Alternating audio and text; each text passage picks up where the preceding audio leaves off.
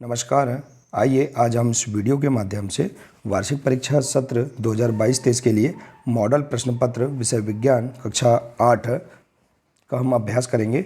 देखिए, दिनांक 25/3/2023 को होने वाला जो विज्ञान का पेपर है, इसमें किस प्रकार के प्रश्न वार्षिक परीक्षा में पूछे जा सकते हैं, आइए हम इस मॉडल प्रश्न पत्र के माध्यम से जानेंगे। इसी प्रकार के प्रश्न वार्षिक परीक्षा में पूछे जा सकते हैं। तो आइए हम अभ्यास करते हैं इस मॉडल प्रश्न पत्र का।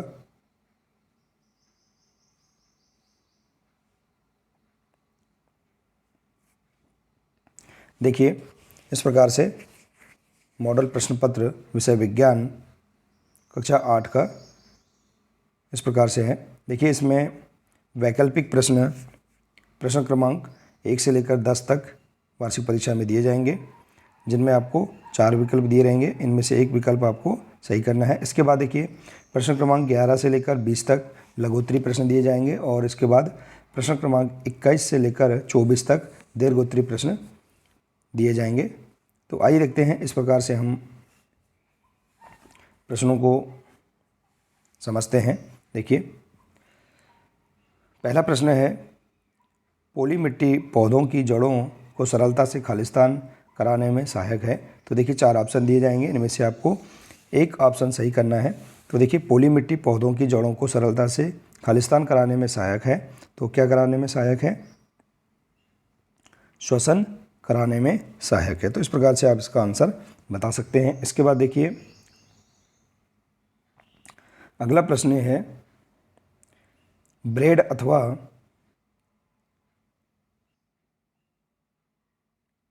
इडली फूल जाती है, इसका कारण है। तो देखिए, ब्रेड या इडली फूल जाती है, इसका कारण है। तो 4 ऑप्शन दिया है, इनमें से देखिए, तो इसका राइट आंसर है ईस्ट कोशिकाओं की वृद्धि से।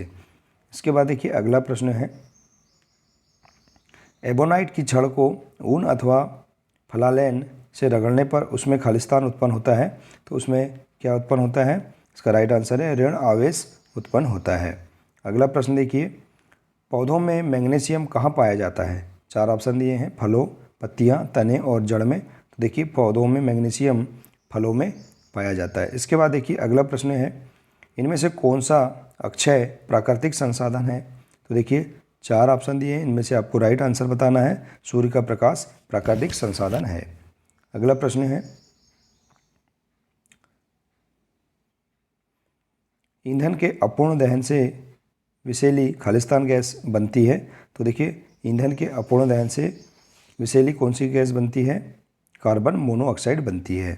अगला प्रश्न है, देखिए, इनमें से किस भौतिक राशि को व्यक्त करने के लिए केवल परिणाम की आवश्यकता होती है? तो देखिए, इनमें 4 ऑप्शन दिए, इसका राइट आंसर है कार्य को व्यक्त करने के लिए केवल परिणाम की आवश्यकता होती है। अगला प्रश्न है, ध्वनि की तीक्ष्णता कंपनों की से निर्धारित खालिस्तान होती है। तो इसका राइट आंसर देखिए, ध्वनि की तीक्ष्णता कंपनों की से निर्धारित होती है, कंपनों की आवृत्ति से निर्धारित होती है। इसके बाद देखिए, अगला प्रश्न, आपतन कोण परावर्तन कोण के बराबर होता है। तो देखिए, सदैव बराबर होता है। तो उसका राइट आंसर है सदैव। इसके बाद देखिए, अगला प्रश्न, निम्नलिखित में से कौन सा तारामंडल का उदाहरण है? तो देखिए, तारामंडल का उदाहरण क्या है? सभी हैं, ग्रेट बियर, लियो मेजर और ओरायन। तो इस प्रकार से देखिए, यहाँ सभी तारामंडल का उदाहरण है। इसके बाद देखिए, तो इस प्रकार से यहाँ पर आप 1 से लेकर 10 तक वैकल्पिक प्रश्नों का आप अभ्यास कर सकते हैं। इसी प्रकार के प्रश्न परीक्षा में पूछे जा सकते हैं। इसके बाद है प्रश्न क्रमांक 11 से लेकर 20 तक, ये लघुत्तरीय प्रश्न हैं, आप इनका अभ्यास कर सकते हैं। देखिए, प्रश्न 11वां है, मिट्टी को पलटना और पोला करना क्यों आवश्यक है? तो देखिए, इसका आंसर, मिट्टी को पलटने और पोला करने से पोषक तत्व ऊपर आ जाते हैं और पौधे इन पोषक तत्वों का उपयोग कर सकते हैं। अतः मिट्टी का उलटना या पलटना एवं पोला करना फसल उगाने के लिए आवश्यक है। अगला है, वायुमंडलीय नाइट्रोजन का मिट्टी में स्थिरीकरण करने वाले सूक्ष्म जीवों के नाम लिखिए। तो देखिए, वायुमंडलीय नाइट्रोजन का मिट्टी में स्थिरीकरण करने वाले सूक्ष्म जीव हैं राइजोबियम जीवाणु, मिट्टी में उपस्थित जीवाणु तथा नीले हरे शैवाल। इसके बाद है अगला प्रश्न, कॉपर जिंक को उसके लवण के विलयन से विस्थापित नहीं कर सकता, क्यों? तो देखिए इसका आंसर, कॉपर जिंक से कम अभिक्रियाशील है, अतः यह जिंक को उसके लवण के विलयन से विस्थापित नहीं कर सकता। केवल अधिक अभिक्रियाशील धातु ही कम अभिक्रियाशील धातु को विस्थापित कर सकती है। तो इस प्रकार से आप इसका आंसर बता सकते हैं। अगला प्रश्न है, क्या वायु, जल और मृदा मानवीय क्रियाकलापों द्वारा समाप्त हो सकते हैं? तो देखिए इसका आंसर, नहीं, वायु, जल और मृदा मानवीय क्रियाकलापों द्वारा समाप्त नहीं हो सकते हैं। इसके बाद है अगला प्रश्न, सोने और चांदी को पिघलाने के लिए स्वर्णाकार ज्वाला के किस क्षेत्र का उपयोग करते हैं और क्यों? तो देखिए, सोने और चांदी को पिघलाने के लिए स्वर्णाकार धातु की फूकनी द्वारा ज्वाला के सबसे बाहरी क्षेत्र का उपयोग करते हैं, क्योंकि ज्वाला के सबसे बाहरी क्षेत्र का ताप सबसे अधिक होता है, जो चांदी और सोने को पिघलाने के लिए काफ़ी है। तो इस प्रकार से आप इसका आंसर बता सकते हैं। इसके बाद देखिए अगला है, पेट्रोलियम का कौन सा उत्पाद उपयोग में लाया जाता है? तो देखिए, पेट्रोलियम का कौन सा उत्पाद उपयोग में लाया जाता है?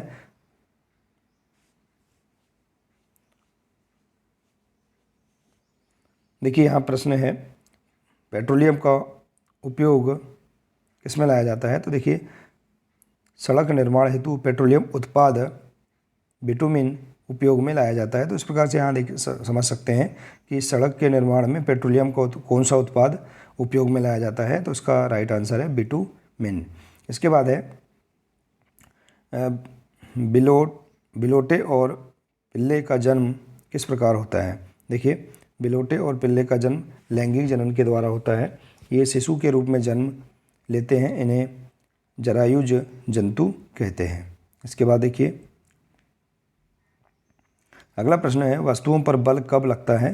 तो देखिए इसका आंसर, किसी वस्तु पर बल उस समय लगता है जब हम वस्तु को धक्का देते हैं, खींचते हैं और उस पर प्रहार करते हैं, उसको उछालते हैं, उसमें ठोकर मारते हैं इत्यादि। तो इस प्रकार से आप इस प्रश्न का आंसर बता सकते हैं। इसके बाद देखिए अगला प्रश्न है, किसी चिकने अथवा गीले फर्श पर चलना क्यों कठिन होता है? तो देखिए इसका आंसर, चिकने अथवा गीले फर्श पर चलने के लिए उचित घर्षण की आवश्यकता होती है, जो हमें नहीं मिल पाता, इसलिए चिकने अथवा गीले फर्श पर चलना कठिन होता है। अगला प्रश्न, क्या निर्माण स्थल से आने वाली ध्वनियाँ सुखद प्रतीत होती हैं? तो इसका आंसर देखिए, नहीं, निर्माण स्थल से आने वाली ध्वनियाँ सुखद प्रतीत नहीं होती, वास्तव में ये ध्वनियाँ अप्रिय होती हैं।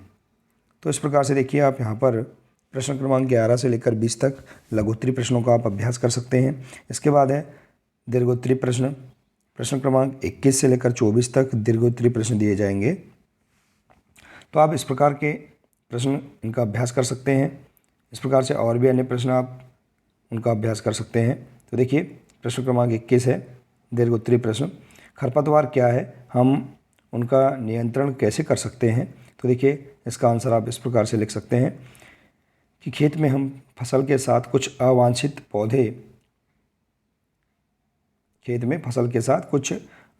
पौधे उग आते हैं। इन पौधों को खरपतवार कहते हैं। इनको हटाना आवश्यक होता है, अन्यथा ये फसल की वृद्धि में बाधा डालते हैं। पशुओं और मनुष्यों के लिए ये विषैले हानिकारक भी हो सकते हैं। इनका नियंत्रण निम्न प्रकार से किया जा सकता है। देखिए इस प्रकार से आप इसका आंसर बता सकते हैं। फसल उगाने से पहले खेत को जोतकर इन्हें नष्ट किया जा सकता है। खेत जोतने पर ये सूखकर नष्ट हो जाते हैं। पुष्पन एवं बीज बनने से पहले इन्हें हाथ से, खुरपी से या हैरों की सहायता से हटाया जा सकता है। और अगला है, खेतों में खरपतवार नाशी रसायनों का उपयोग करके इन पर नियंत्रण किया जा सकता है। तो इस प्रकार से आप इस प्रश्न का आंसर समझ सकते हैं। इसके बाद देखिए अगला प्रश्न है, अपने स्थानीय क्षेत्र में हरियाली बनाए रखने में आप किस प्रकार योगदान दे सकते हैं? तो देखिए इसका आंसर, अपने स्थानीय क्षेत्र में हरियाली बनाए रखने के लिए निम्न योगदान दे सकते हैं।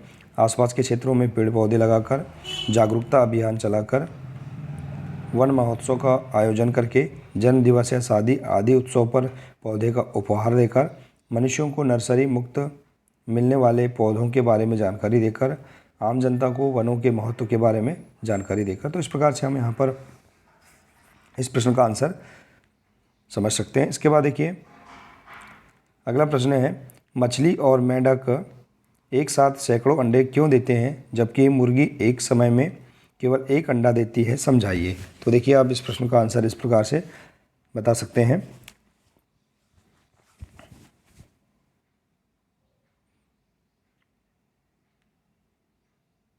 तो इसे आप इस प्रकार से देख सकते हैं इसका आंसर। इसके बाद अगला प्रश्न है, माता पिता एक मकान खरीदना चाहते हैं। उन्हें एक मकान सड़क के किनारे पर तथा दूसरे सड़क से 3 गली छोड़कर देने का प्रस्ताव किया गया है। आप अपने माता पिता को कौन सा मकान खरीदने का सुझाव देंगे? अपने उत्तर की व्याख्या कीजिए। तो देखिए आप इस प्रकार से यहाँ पर इस प्रश्न को समझ सकते हैं, इसका अभ्यास कर सकते हैं और इसे इस प्रकार से लिख सकते हैं। तो देखिए इस प्रकार से हम यहाँ पर विषय विज्ञान का जो मॉडल प्रश्न पत्र है इसका हम अभ्यास कर सकते हैं। इसी प्रकार के प्रश्न वार्षिक परीक्षा में पूछे जा सकते हैं। तो आशा है कि आपको ये सभी प्रश्न समझ में आ गए होंगे। देखिए यदि आपको यह जानकारी बहुत अच्छी लगी हो तो प्लीज़ इसे अधिक से अधिक शेयर करें, वीडियो को लाइक करें और इसी प्रकार के इसके आगे के और भी अन्य वीडियो देखने के लिए आप हमारे इस चैनल से जुड़े रहिए। इस चैनल को सब्सक्राइब अवश्य कर लें, साथ ही बेल आइकन को प्रेस जरूर कर लें ताकि आने वाले सभी महत्वपूर्ण जानकारी सबसे पहले आप तक पहुँचती रहेगी। तो मिलते हैं इसी प्रकार से अगले नए वीडियो के साथ। नमस्कार।